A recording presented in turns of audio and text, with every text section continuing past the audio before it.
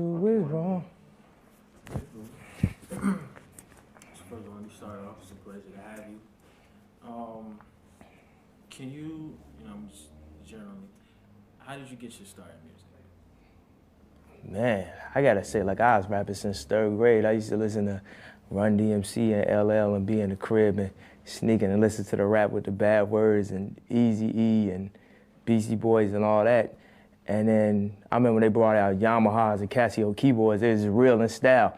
But the thing is, I had like an urge to really create, but I never wanted to really learn how to play music like that. So it was like, that was stagnating my growth because my mother was always like, well, if you can't play, you don't need the type of keyboard that can sequence and all that type of shit. So once I was like in 7th grade, I was like really into drawing and I wanted to like design video games. So I got this Amiga computer, which is a really good price for all that it did. It was $500 and it had like all type of graphic program and everything. Hold on. It's not live now, you've interrupted. Hey, come on, man. Come on, what up, dog? Either come in or come out. Yeah, whatever y'all, just don't distract my story, man. Okay. So yeah, let's. Do I have to start my story over again? No, nothing's live, so it's like you pick up where you... Okay, you definitely got to take me to Boston Market or something after this, man.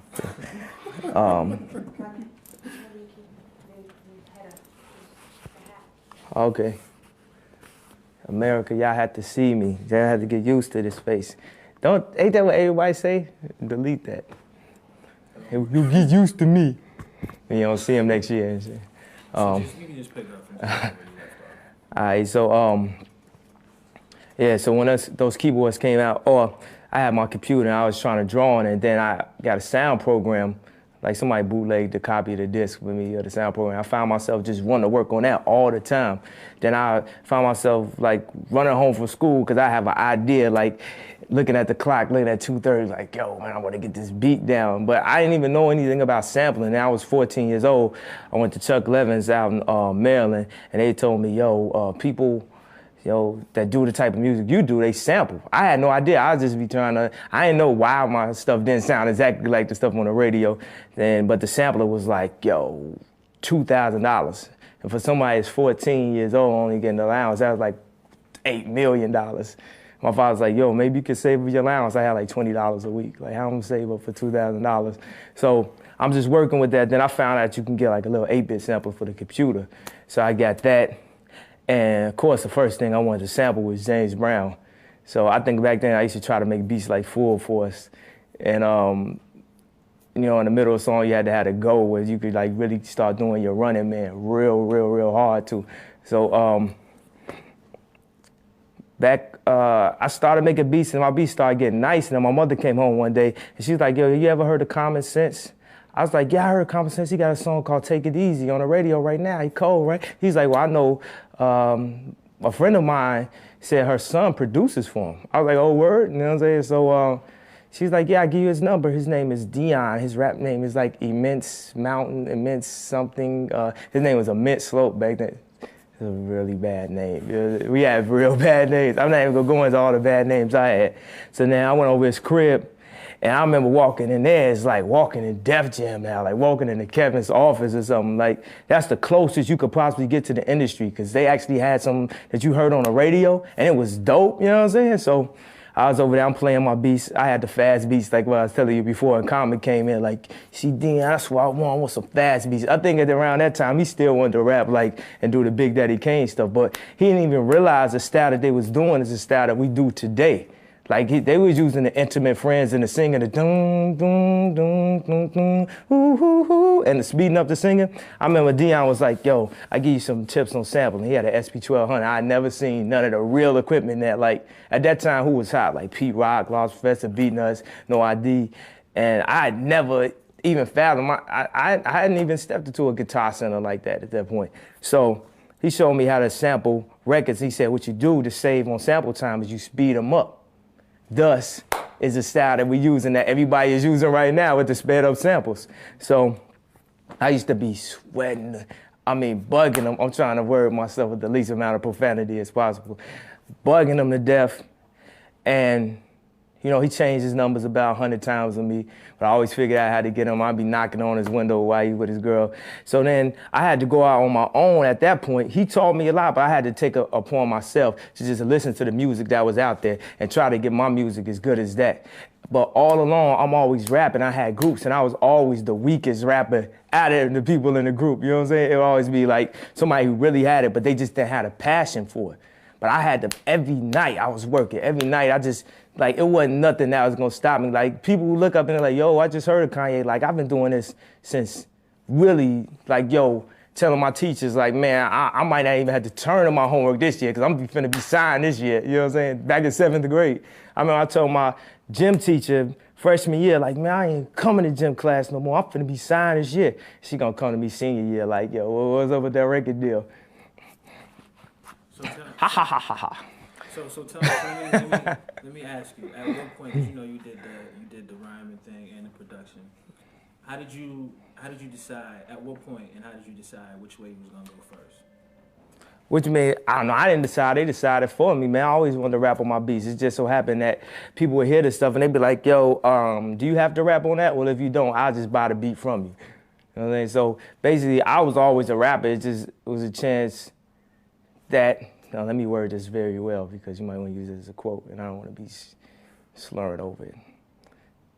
Okay. I was always rapping.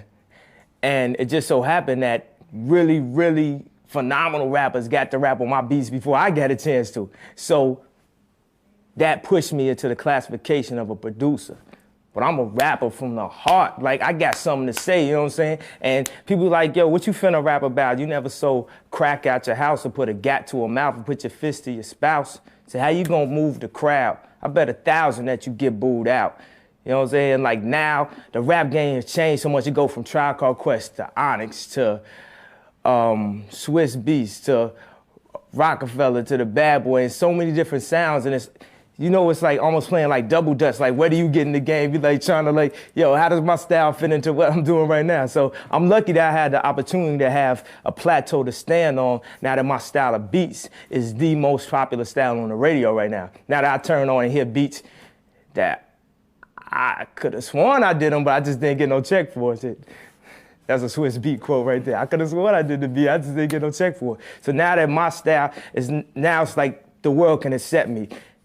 It's a lot of people, it's like you just gotta get in where you fit in. You never know how you get in. You might be somebody's guy and you end up being better than that person and shining over that person, and you might be an intern, or it's like the question is, how do you get into this industry? How do you get into the shoes I'm in right now? I'm just happy to be here. But as an artist, like, I'm not finna waste this opportunity. I'm finna take this to the next level. Like, I remember when Pac first got out of jail and said, yo, man, Snoop is killing the game out. I'm finna take Death Row to the next level. I'm like, what?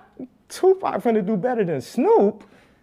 Come on now. But now look, and really that's how I feel, man. I'm a Gemini, man. It's in my heart, man. I'm not gonna tell nobody. My mother says star shine from inside, so I'm not gonna sit up in here and be like, yo, man, just look at me, da-da, and then do the Kid and Play or something to let y'all know that what I'm finna do. But let me ask you, yeah. Well, when you said that, you know, you was in like a couple of groups and they always considered you to be like, you know, everybody else to be the better out of the head. Like what inspired you to keep going, you know?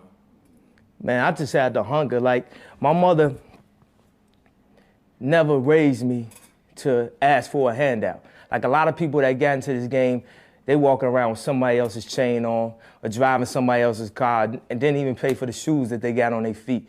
My mother had a decent job, you know what I'm saying? But she gave me a little allowance, $15, $20 a week, and I had to go out and get my own job at age 15. Matter of fact, at 14, I was cutting hair in a barbershop. So it was instilled in me to go out and just get it. And that made me be a leader around a lot of black men. Like, even my father, I had two fathers in my life. I had my real father that I was in contact with and my stepfather that stayed there with my mother. And everybody was instilling that responsibility in me that nothing in life is given to you. A lot of times I feel like a lot of people just rapping because it's free. You know what I'm saying? What you got to do, especially now with Jay writing his rhymes in his head, people ain't got to pay for paper no more.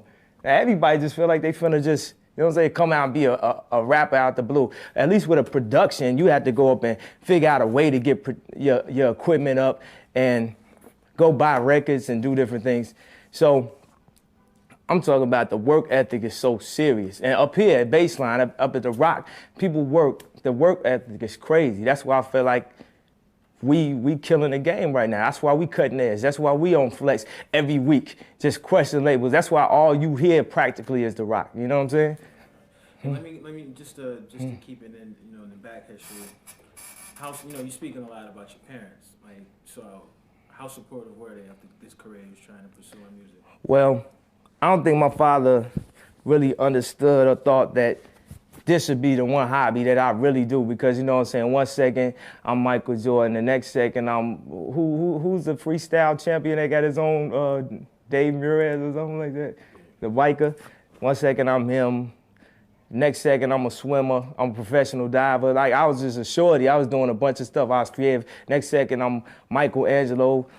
So he probably didn't realize how serious I was about it, because every little kid run around and write raps. But man, it's like I just loved it too much. You know what I'm saying? I was just always trying to figure out a way for me to be able to express myself, and rap was the best way to express what was on your mind. Me and my father sit up and talk about a lot of issues that need to be brought up. You know what I'm saying? But a lot of people that have that instilled in them don't know how to word it in a way where the public could accept it. So now that I got this stamp on me, I got the backing of Mos Def, Kweli, Jay-Z. I got every premier artist backing me saying, dog, listen to what he's saying. I feel like I just got a really good opportunity. And I'm not finna let them down. I'm definitely not finna let my city down, because Chicago right now, it's like we got a lot of good artists that are just waiting for somebody to just break through so everybody else could just, walk through the door at that point. And before you met, like, some of the dudes we just named, and even like the person, even like maybe the first real big dude, like, how did you get your music out there? How did you get your name? Like, how did you get heard? Man, I was doing beats for free, 99. You don't know how many times I heard somebody say, yo, what's gonna happen is you just gonna get paid when I get paid, because my cousin no dude at this record label, and yo, they just looking for a Chicago act. And like, I went through all that, man. Do you know how many times I carried my keyboard over to the studio tracking some shit for somebody that was only trying to pay me $200 for the beat, but they only had $80 on them, and don't you remember when I just bought you lunch yesterday? And you know what I'm saying? So I paid my dues, man. I was 14 years old carrying, trying to do beat tapes. I remember back in grammar school, we used to have rap groups, and I had to write the raps for all the rap groups. I remember this one time we was trying to do a talent show. This is where I learned pick your audience, you know what I'm saying? Like, you gotta figure out who you were actually rapping to, because I had my music teacher, who was my favorite teacher in the world, Miss Morgan, and you know what I'm saying? She was like, it's kind of like the Lane Bryant size or whatever, you know what I'm saying? And we got up there, and we think we finna perform Fat Girls Are Back for the talent show. So of course we didn't make it. At that point, I was like, you know what I'm saying? Figure out who you rapping to. What was your like your teenage life like? Yeah.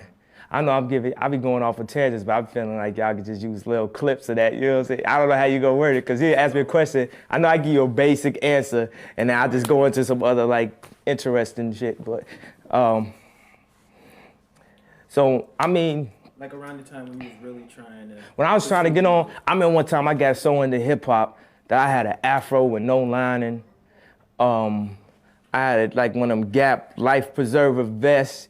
I had some Reeboks with fat laces, and I ain't even had the old Reeboks, because in Chicago, we didn't have that. You know what I'm saying? It was hard to find them. I could find the fat laces, but I couldn't find like the official, like the old Pumas or whatever. So I was just trying to just really be and live hip hop. Then I figured out like, man, I ain't really getting no girls with this. This is not really working for me, right? So I think that is the difference of, like, you go to hip hop parties in Chicago, and when nobody be dancing with no girls, there'd be a dude doing a helicopter finna kick some girls in the head.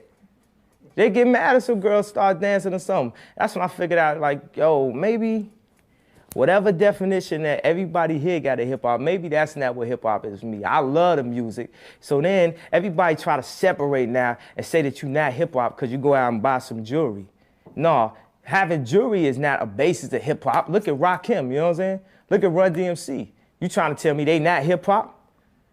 It's okay, you trying to tell me because Mos Def and Quali don't buy jewelry, that they are more hip hop than Jay-Z, or what's quote unquote real hip hop? I feel like my album, the perspective that I'm gonna speak from, I feel like I'm gonna bridge the gap. I'm gonna be one of the people that help bridge the gap with hip hop. Cause I'm gonna talk from the perspective of just being honest. Like, yo, I always said if I rap, I say something significant, but now I'm talking about money, hoes, and rims again.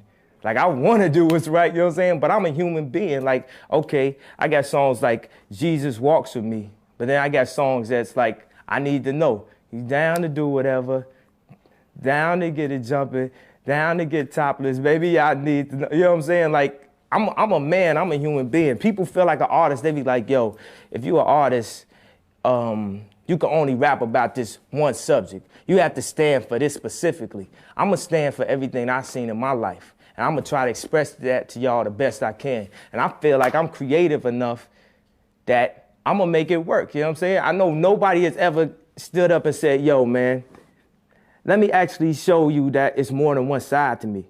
I don't know if I really believe in that Gemini stuff and all the constellations and all that. Like, I really believe in God, like, but I know that it's more than one side to me. I know on one end, when I get a check-in, sometimes I be thinking like, yo, man, I'm finna go and get this chain off layaway for Jacobs right now. I know sometimes I have some money in my pocket and I might give a bum $20 instead of just $2. I know that I'll go to church with my grandparents and really try to hear what the word is or what they trying to tell me, or really try to understand about religion, or what do I want to pick. So I'm confused as a black man. A lot of times artists come into the aspect that they not confused about who they are or whatever. And then you always hear about, man, I love the album, but she a hypocrite, or he's a hypocrite because da da da da da da da da. You know what I'm saying? It's like if somebody talks about killing somebody, does that make them a hypocrite if they decide to go to church? Or if they go to church and they actually kill somebody in a rhyme, or, you know what I'm saying? Because people don't kill. If people kill as many people in a rhyme, you know what I'm saying? It'll be like some Vietnam type shit. But do you feel that, because, you know, New York is, like, you know, hip hop is like, it's pretty big worldwide, but its roots pretty much trace back to New York.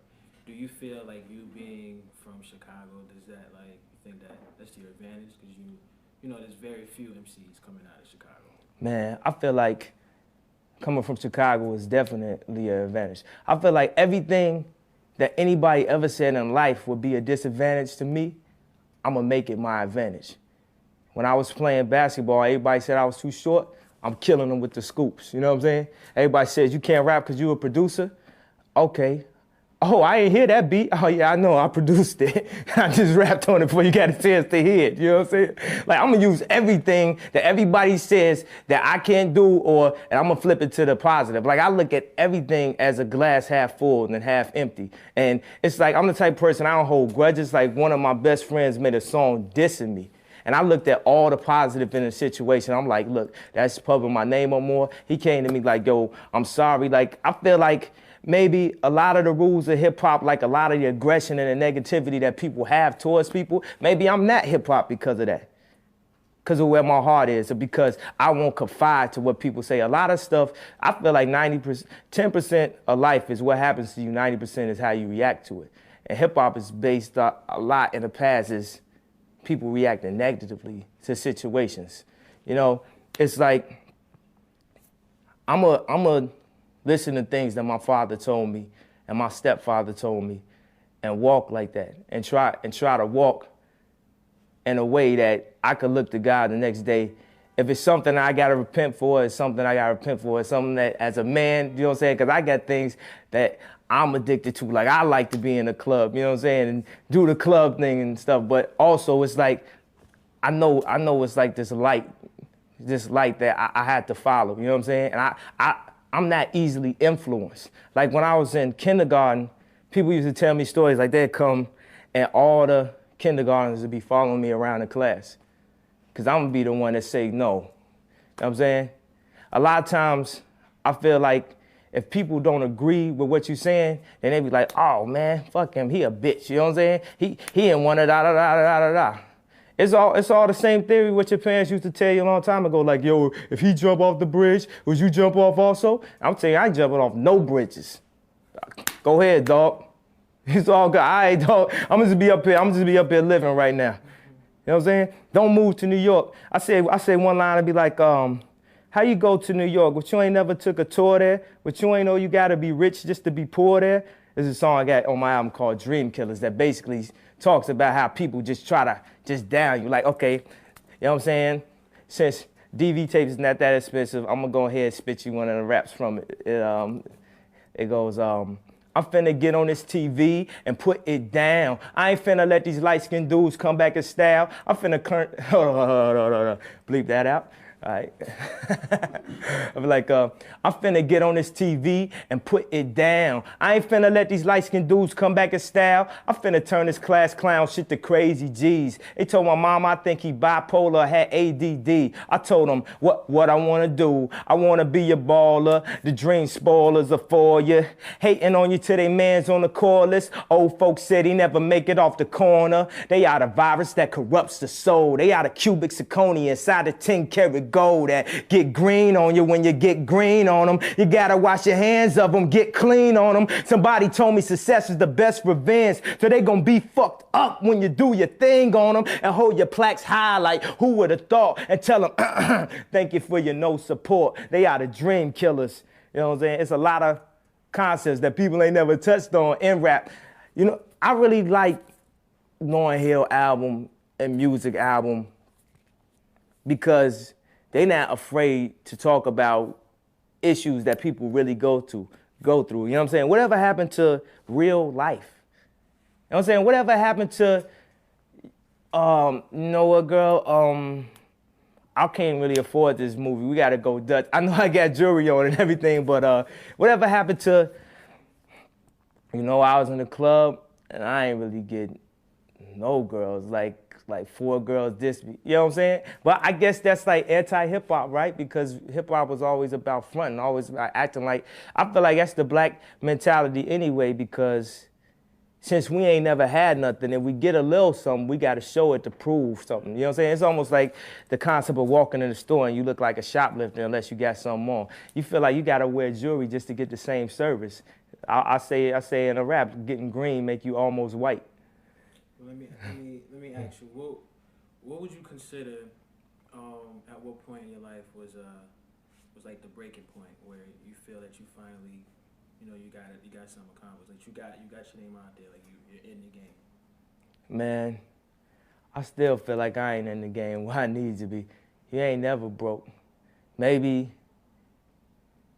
once I win, see? Then I look at these you hear first and people say exactly the stuff I want to say, like, we want to live a Lifetime Achievement Award.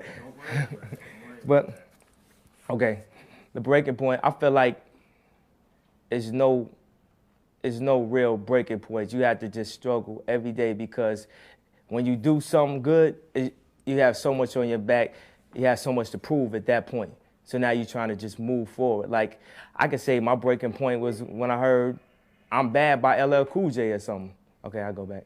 I feel like you had to struggle.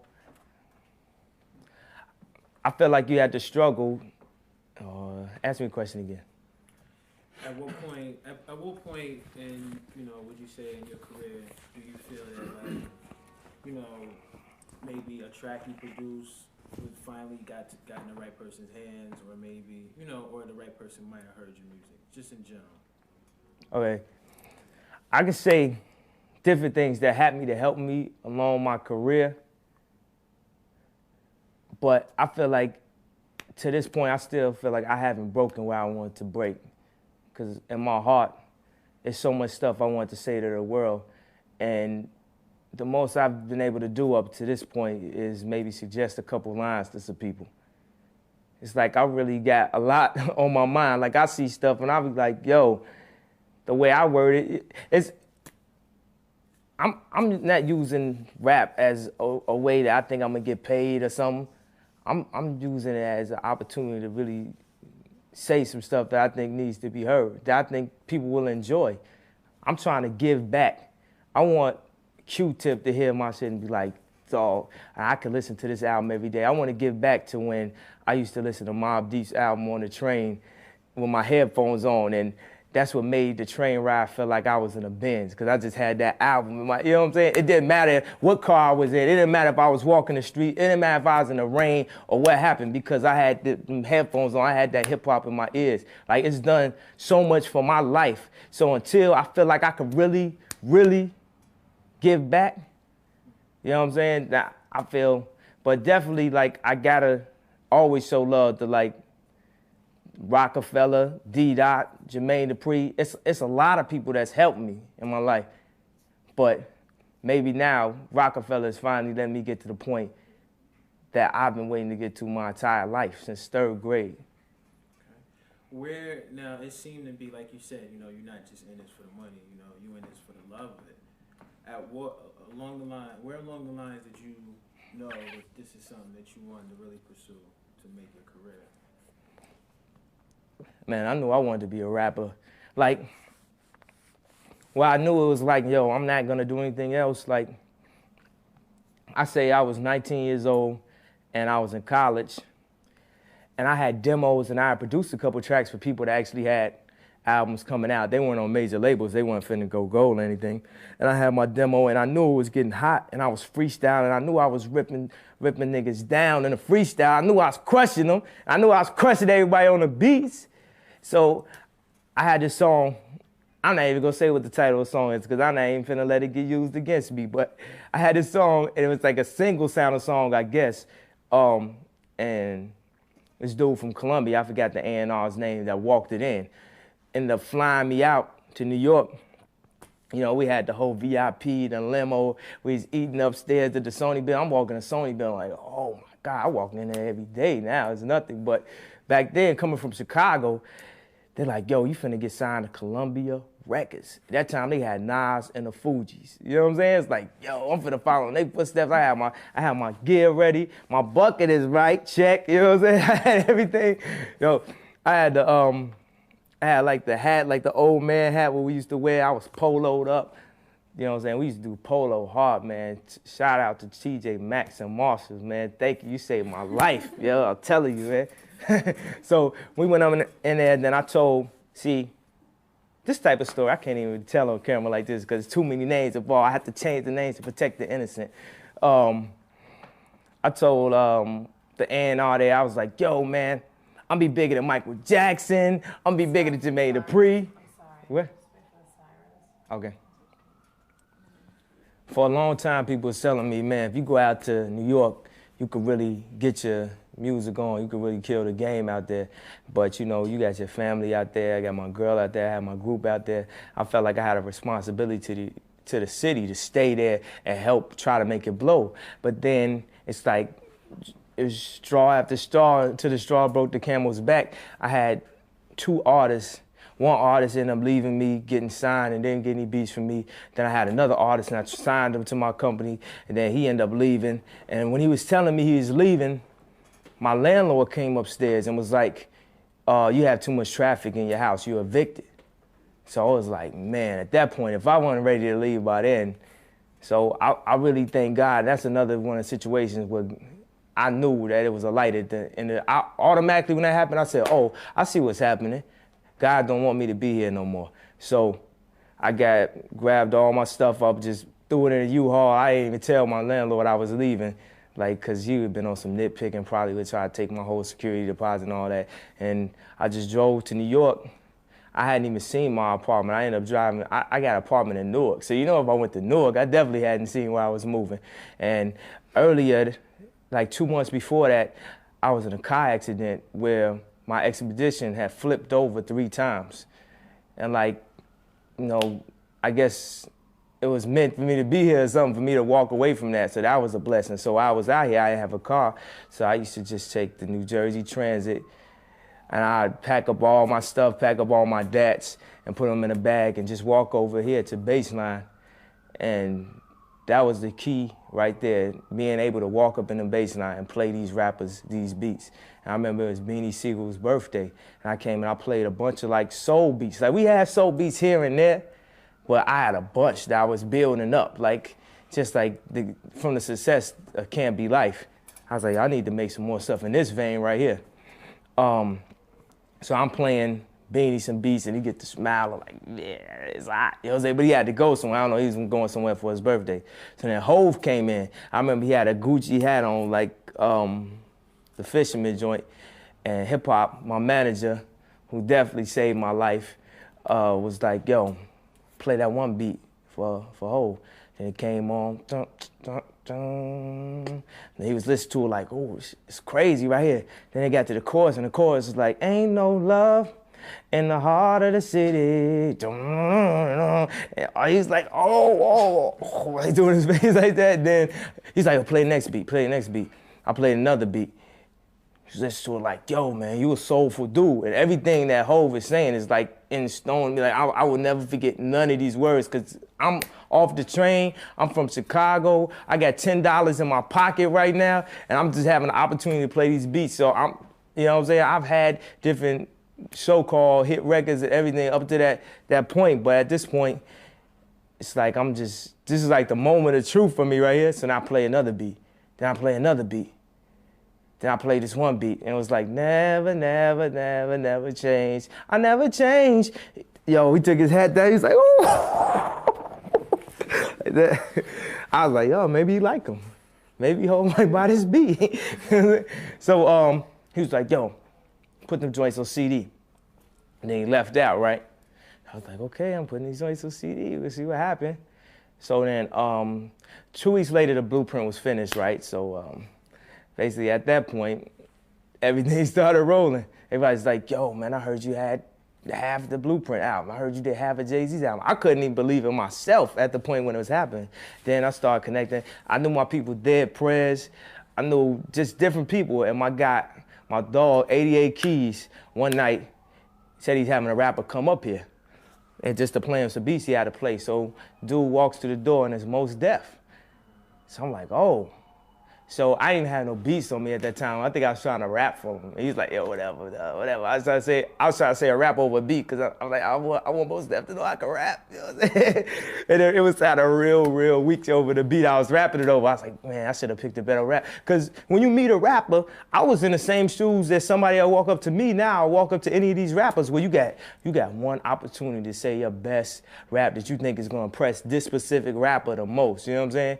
And that didn't work, you know what I'm saying, whatever I was spitting. But then he's like, yo, we got beats. I'm like, yo, man, I'll play you beats. And I was telling him about the takeover, because he got Jack Johnson. So he was really into rock stuff. I was like, yo, I got some more stuff like that. I ain't had nothing else like that. You know what I'm saying? But I went and made some more stuff. So then I think maybe a week later, I played some beats for Mos. A bunch of like joints I had that was in that vein, you know what I'm saying, of stuff that I thought he'd like. Next thing you know, Mos Def got 5 beats. You know what I'm saying? So then I go to the studio to play Mos some beats one day, and he wasn't there. And this dude was in the hallway. He was like, yo, you here for Mos? I looked up, it was Kweli.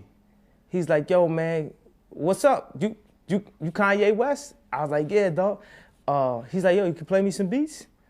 I'm like, well, I had a CD here for Mos. He's like, yo, man, come here, just play these beats right quick, dog. So I walked in, I played some beats. Now, I got Quality's first single. I got 3 joints on his album, you know what I'm saying? So it was happening like, I felt like God was just walking me. God kicked me in the ass to get out of the shy. God put me in situations where it wasn't like I was going out like, yo, let me try to meet these artists. Like, I wasn't even thinking about who I was. All the time, really, I was just thinking about how I was going to get my record deal. You know what I'm saying? So it just so happened that he was putting me in situations where I was able to eat and able to build these relationships, because I feel like Mos helped me get my record deal. Like, I did a song with him, which is my first single, and it's a 2-word joint. That's crazy. It's me, him, and Freeway. And I had a bunch of crazy songs for it. But when Dame heard that, he was like, yo. And I remember when I first heard, because I was supposed to go to a bunch of different labels, man. Like, it got to the point after Blueprint, a bunch of labels wanted me. You know what I'm saying? And The Rock, it always never seemed like I could be at The Rock because of my subject matter and everything, and he's not in the same exact vein as the rappers that y'all used to hearing, but now we expanding, you know what I'm saying? And I expanded the music I was doing, because I was doing very creative stuff, but then I'd be giving Hove and Bleak and Beanie all these gutter beats that people really like. So it's like, why not just rap over the beats that people like? You know what I'm saying? And still say what I'm talking about. So one day I'm playing the stuff. I just want to play some songs of a bass line, and Cam was in the studio just to see, like, man, if my stuff worthy of playing it around these people yet? Because people used to diss my stuff, like, man, you always pick whack beats to rap over, you trying to be too different. So I played it. Then Dame heard it. He was like, yo, okay, play another one, play another one, play another one. I played another one. He's like, yo, it's not even whack. It's not whack. Actually, it's kind of dope. Actually, it's kind of hot. You know what I'm saying? It's kind of hot. Yo, you ain't signed with Capital yet, did you? I was like, no, I ain't signed with him yet. He's like, yo, okay, play another one.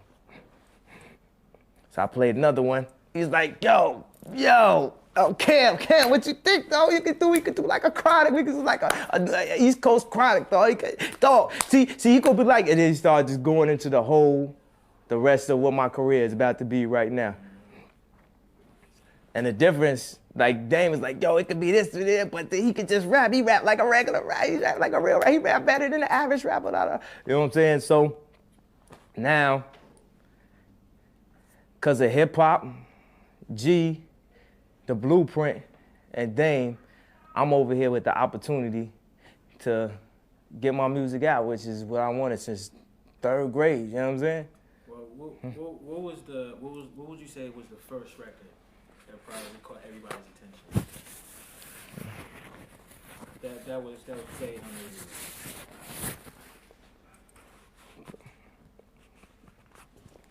I feel like the first record where I really got recognition for was The Truth. Even though it wasn't a great commercial success, it's like I just really got that respect, because I always wanted respect for my music. Like I told you, man, it's the real thing right here, man. I'm not trying to do this for a check, you know what I'm saying? So The Truth mean a lot to me. Then that was a great record because it also formed my relationship with Rockefeller. Then the next joint was Can't Be Life. Then after the Can't Be Life, I had all these joints, but I wasn't selling no beats. It was like, after I moved out to New York and started getting things going, I got the joints on the Blueprint. I remember I came in the studio one day and Hov and listened to all the songs, because all he does, he records the songs in like 5 minutes, and then for the rest of the day, he just makes people come over and listen to him. Like, yeah, look how I'm killing y'all. You know what I'm saying? So basically, he was about to leave out the room. He had played the songs. He's like, yo, after this song, Guru, I'm going to the lounge. I was like, yo, I got one beat to play. I got to play you this beat. So then he's like, okay, you know what I'm saying? You did good so far. You know what I'm saying? You gave me 6 joints so far that's blazing, so I'll go ahead and listen to it out. I guess that's what he was thinking. He didn't say that. He was just like, okay, play the beat, man. So I put it on. He just started bobbing his head to it. Like, let me give you one of them looks, like, that's how you know you got a heat rock. Let me give you that right there.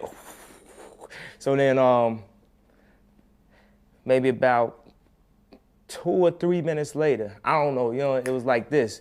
He just tapped me on the shoulder. He said, H to the Izzo, V to the Izzy, for shizzle, my dizzle used to dribble down the VA. So I went to the bathroom, right? I called my mom and said, Mom, we about to make it. We really gonna make it this time. It's about to be on now.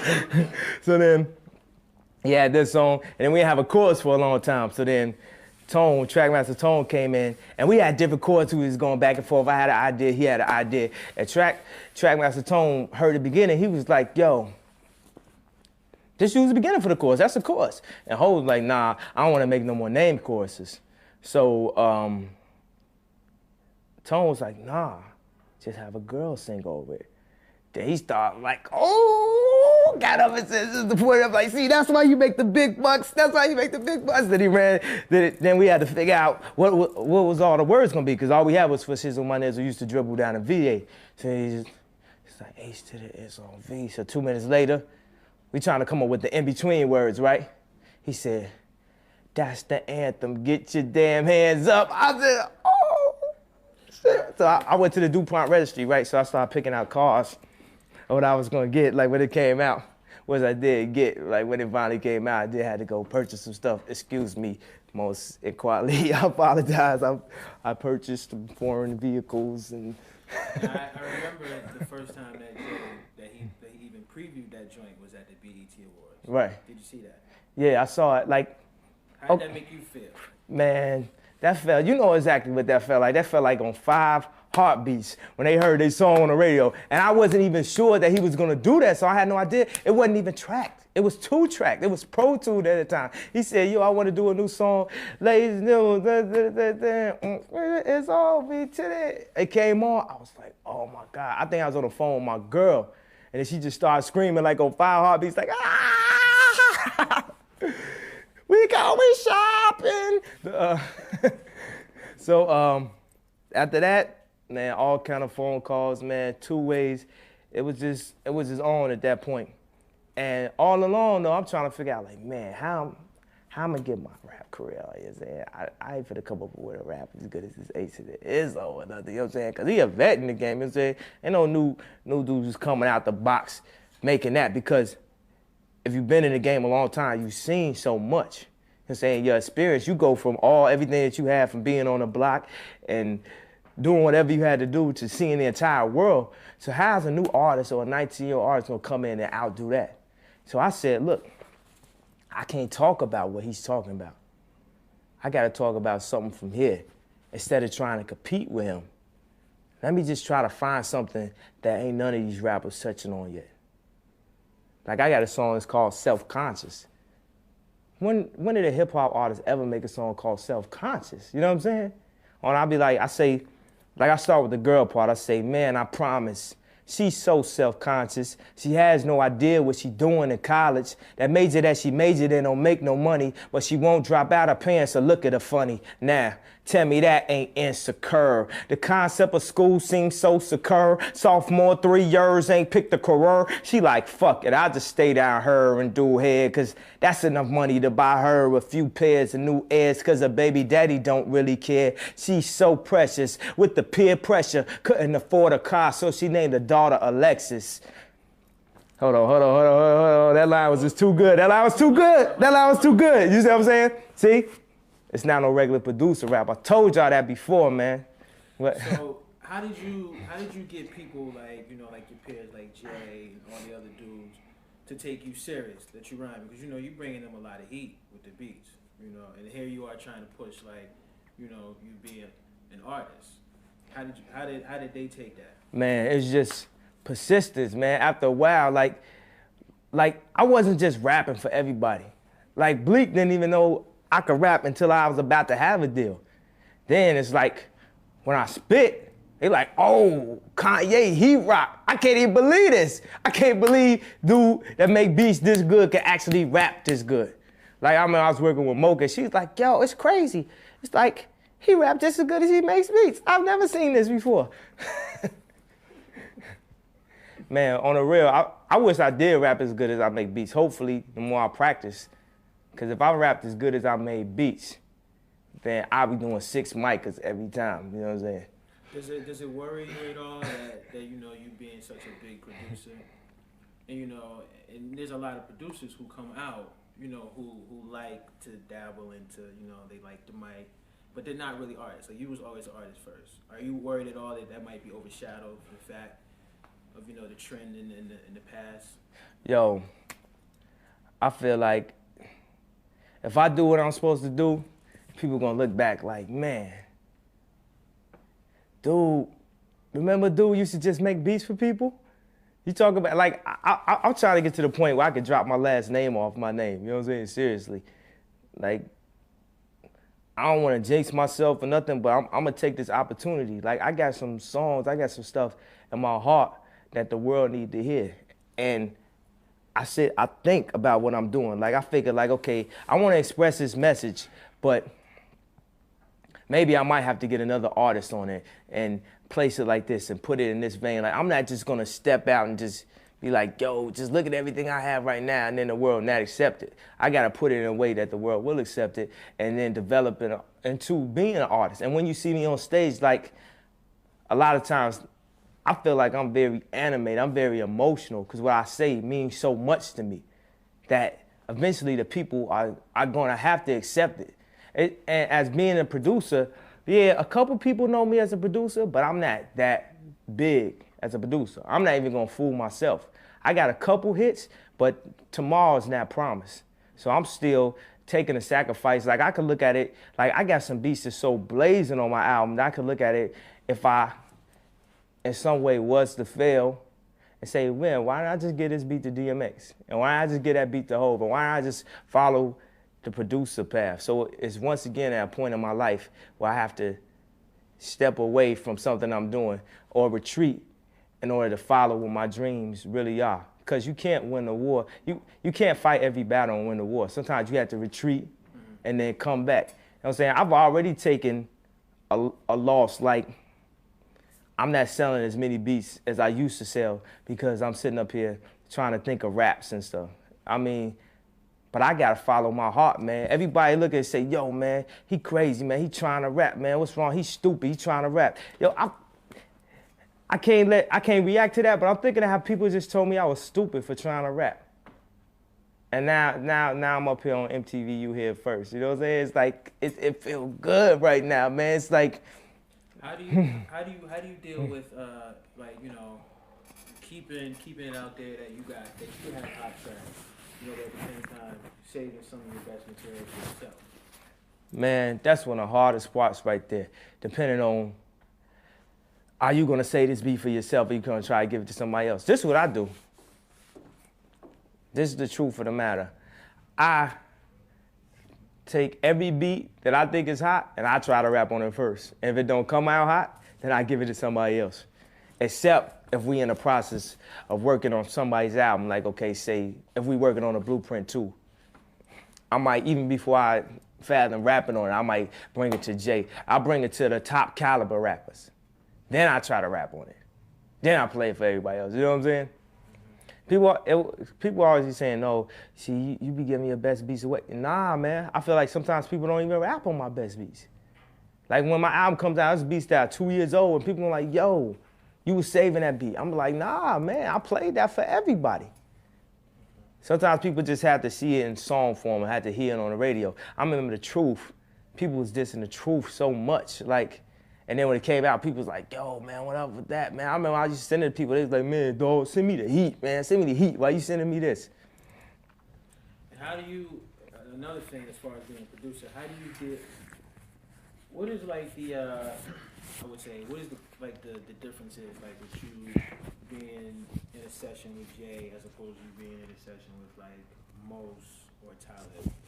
Man, everybody got their style of rapping. I'm telling you, Mos and Jay both will spit their stuff real fast. They real proficient. Like, it's people that I've done beats for where I actually didn't get to be in a session with them, where they send it out. I'm telling you, you looking at You Here First for real. This is not the producer standpoint of a Dre or a Timbaland that's up to there. Like, it's not sweet like that yet. It's still for the love to a certain extent, you know what I'm saying? So everybody try to tell me like, yo, man, when you get on TV, man, you gotta personify something more than where you are. But I'm gonna always walk in the steps that I'm at right there, and hopefully one day I'll be to the point where I can say, like a Dre or Timbaland, like, yo, I just work with every single artist that I ever did a beat for. But I know working with Jay definitely can spoil a producer because it's no work at all other than to play your beat. The next thing you know, you got a hit song on the radio. That's why Just, man, smart, man. He was like, man, I'm not gonna try to go out and find no new rappers. I got Cam, Bleak, Beanie, Hov, Freeway, Young Chris. Like, why do I need to go develop an artist? If I got already developed artists, I'm getting money like how I'm supposed to anyway, you know what I'm saying? And what do you think about Just as far as like, you know, as far as a producer? Like, Okay. Isn't he one of the people who inspired you to move here? Yo, Just used to, I remember one time I was working on a demo in my crib for $500 for somebody in my crib that I didn't even want to be in my house. You know what I'm saying? But I had to, it was something, you know what I'm saying, that I needed. I wanted to get a Pelly off layaway or something, so I was trying to, I'm doing demos for $500, and they in the back room recording. Whack, terrible. I'm talking to Just on the phone. He like, yeah, yo, yeah, so whatever. Dog, I gotta go, man. I think that's Buster right behind me. I'm like, yo, I need to get out there, man. What am I doing, man? I'm here. He over there doing beats for Buster. I'm doing beats for Busters. You know what I'm saying? Okay. No, I mean we can move. We should maybe go in the studio because I want to. Let me ask you one more thing. All right. Go ahead. And recently too, we did a, and this is something else, and I'm sure because we spoke to hip hop about it. This is something else that people go through, where more than one artist gets tracks. Cam was saying that originally Ace to Izzo was his joint, that you originally approached him for it. So what you want me to say about it? No, I'm just, just trying to hear from your side. Oh, just like a Shaheem move right there. Boy. This is Shaheem move right there. It's your boy Shaheem, who is the cause. You see it on DVD. DVD in the future. No, I mean, you don't even have to specifically address that. I mean, but is that something that happens all the time? Okay, I just talk about you. Okay, a lot of times with beats, man, people will be acting like the beat's just gonna be there for them. You know what I'm saying? Like a beat is not sold until the check clears. Period. Unless you Hove or Scarface. You know what I'm saying? I mean, it's always exceptions. You know what I'm saying? Like I hold a beat for Jay. Like, yo, I leave this beat in my will. He told me he was gonna rap on it, so I'm still holding it. But as far as like, just in general, man, it's like if you don't pay for the beat, it might be gone. It's like beats is like they in a store. You know what I'm saying? Like say you go, whatever, like you go to Mitchell and Les and you tell them, yo, man, hold this with crazy throwback that don't nobody get, that I would be killing the club. I kill the club with this right here. Just hold this for me. I'll be back tomorrow. So you hold it for them till tomorrow. Then you hold it 2 weeks. Then you hold it 3 weeks. Then you sell it. And it's like, yo, you don't remember you did that beat? Like, dog, man, it's a store, man. It's a business. It's for the love of hip hop. So if I love the artist, the more and more I love the artist, the more leeway I give him. You know what I'm saying? I love Scarface, Hove, Quad Most. I grew up off Pharoah Monch and stuff. Like Organized Confusion, the second album, that was like one of my favorite albums. Souls of Mischief, Far Side, Common. So many. Do you want me to talk about producers? Any producers I like? I don't know. We're gonna go to the other room. So okay. Maybe if you want, you could talk more about like things like who you work with and the project. Seeing that you're gonna be right in the booth. Okay. So that'd be cool. You're gonna work with other producers at all? Yes, it's here. That's like my trademark to say, I don't mean no harm. Your boy Young K gotta mean no harm. Man, as far as working with other producers, it's a lot of people that I wish I had the opportunity to rap on their beats. I feel like this first project, I'm gonna do at least 99% of it, because I wanna prove to the world that I could do a whole album. You know what I'm saying? Like how Dre got his opportunity, Timberland, Neptunes. Yeah. And in order to get on that level, you had to take an artist and prove that you could produce a whole project, singles, and be successful with that. And success is not just getting, I'm trying to speak in bites, hold on. Well, don't think about it. No, don't think about it. Because we can get this stuff and we can tell you later. Like, we'll give Jana, tapes of this. Okay. As far as working with other producers, there's a lot of producers I respect, like Timberland and Dre, Just, Bink. But on this project right here, I'm finna do 99% because I had to prove myself as a producer that I could take an artist being myself. I like to congratulate myself. Hold on, wait a second. That's one of my favorite quotes that I like to congratulate myself. Allow myself to introduce myself. Hold on, okay, I'll start right there. Allow myself to introduce myself. This is Kanye to the, as far as dealing with other producers, there's a lot of producers I respect. Timberland, Dre, Bink, Just Blaze, I can name them off. Primo, Pete Rock. But on this project right here, I'm gonna do 99% of it because I feel like I really gotta prove to the world that I could do a whole project and then be successful. And it just so happened that the project is me, myself. So I'm gonna definitely give myself some bangers, some heat rocks. Like, Cool. Is that good? Yeah. And also too, if you could just tell us like where we are, you know, and just tell us a couple of the hits that went on that you. Okay. Right now, we are sitting in Baseline Studios. We got young Guru in the house. You know what I'm saying? Like, it's not official till you say Guru's in the house. I'm just really thugging it out, ain't I? Okay. Right now, right now we're in Baseline Studio. It's the home of hip hop right now, of basically cutting edge hip hop. This is the home of the streets, of the radio, of everything that. It's basically what everything that everybody is trying to do right now. And this is where it all starts right here. This is where we did the Reason for Beanie Sigel. This is where we did the Blueprint, the new Freeway album. This is where the Heat Rock So Cameron album was done. And also, this is where we're going to be doing the Kanye West project. Did you see I ended that off without it like going into another sentence and shit? Yeah. You want to speak to Byron? Just Kanye's doing an interview right now. We can't take any calls back here. All right. I just tell him I call him back. Okay. And as far as like how many tracks have you done and who are your guests and things like that? Talk about the album a little bit. Yeah, I'm basically completed the album. I'm just inserting little heat rocks here and there. Whatever I come up with that's new or just that I feel from my heart needs to be heard. But it's a lot of stuff that the whole album is gonna get heard eventually, even if stuff doesn't make this album, because everything is something that the world needs to hear. And I added features of people just that I work with and I love, like Scarface, Ludacris, Twista. Man, how am I like forgetting some of my features? I know I have a lot of features. Mos Def, Mos Def and Freeway, Quali. Like, I got a lot of people, real lyricists that's respected.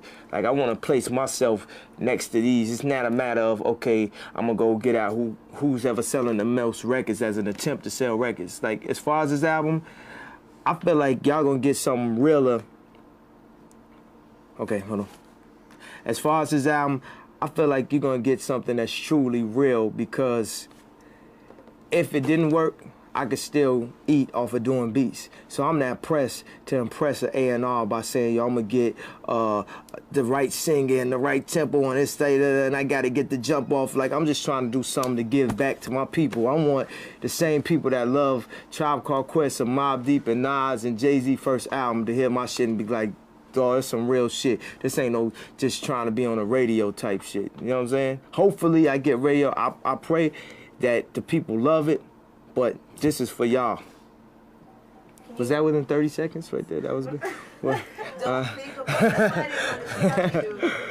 What is this? Necessarily, because I don't want you to stop and think, Yeah. or, you know what I mean, second guess your answers or anything. Oh, okay. You know what I mean? But I wanted to, just talk naturally and we're doing something. Okay. Can you show us your tattoo on your arm and explain and talk about it a Oh, little yeah, bit? y'all gotta see that. Hold on, let me take this on. Yo, first of all, I want to say, what is this right here? Who finna put their thumb through this? Like, y'all can't be serious. Just put this, he's gonna roll this one right up. This shirt is not young, really. It's an optical illusion because I've been, you know what I'm saying, at the gym. I'm little. You see the Scottie Pippen right there. Okay. This right here, this tap mean a lot to me. I put a lot of the songs on here that's changed my life, or just it means something at a point in my career. That way, when my family's in $1 million home, and they look back, they say, "Dad, why I can't get no tattoos? Why you got that tattoo?" I'll be like, "Look, this tattoo is the reason why we here, why we are right here now." It start off and say, "You made me." Everything in this tattoo can be spoken in a sentence form. It's not just songs. It's stuff that means stuff to me. Like, you made me. This is my life right here. It's so ghetto. I always speak the truth. People always say that I'm a very truthful person. This can't be life. It can't be life that I'm sitting right here, right now. Because back when I was in 7th grade, I wouldn't have ever fathomed really being on this side of the screen.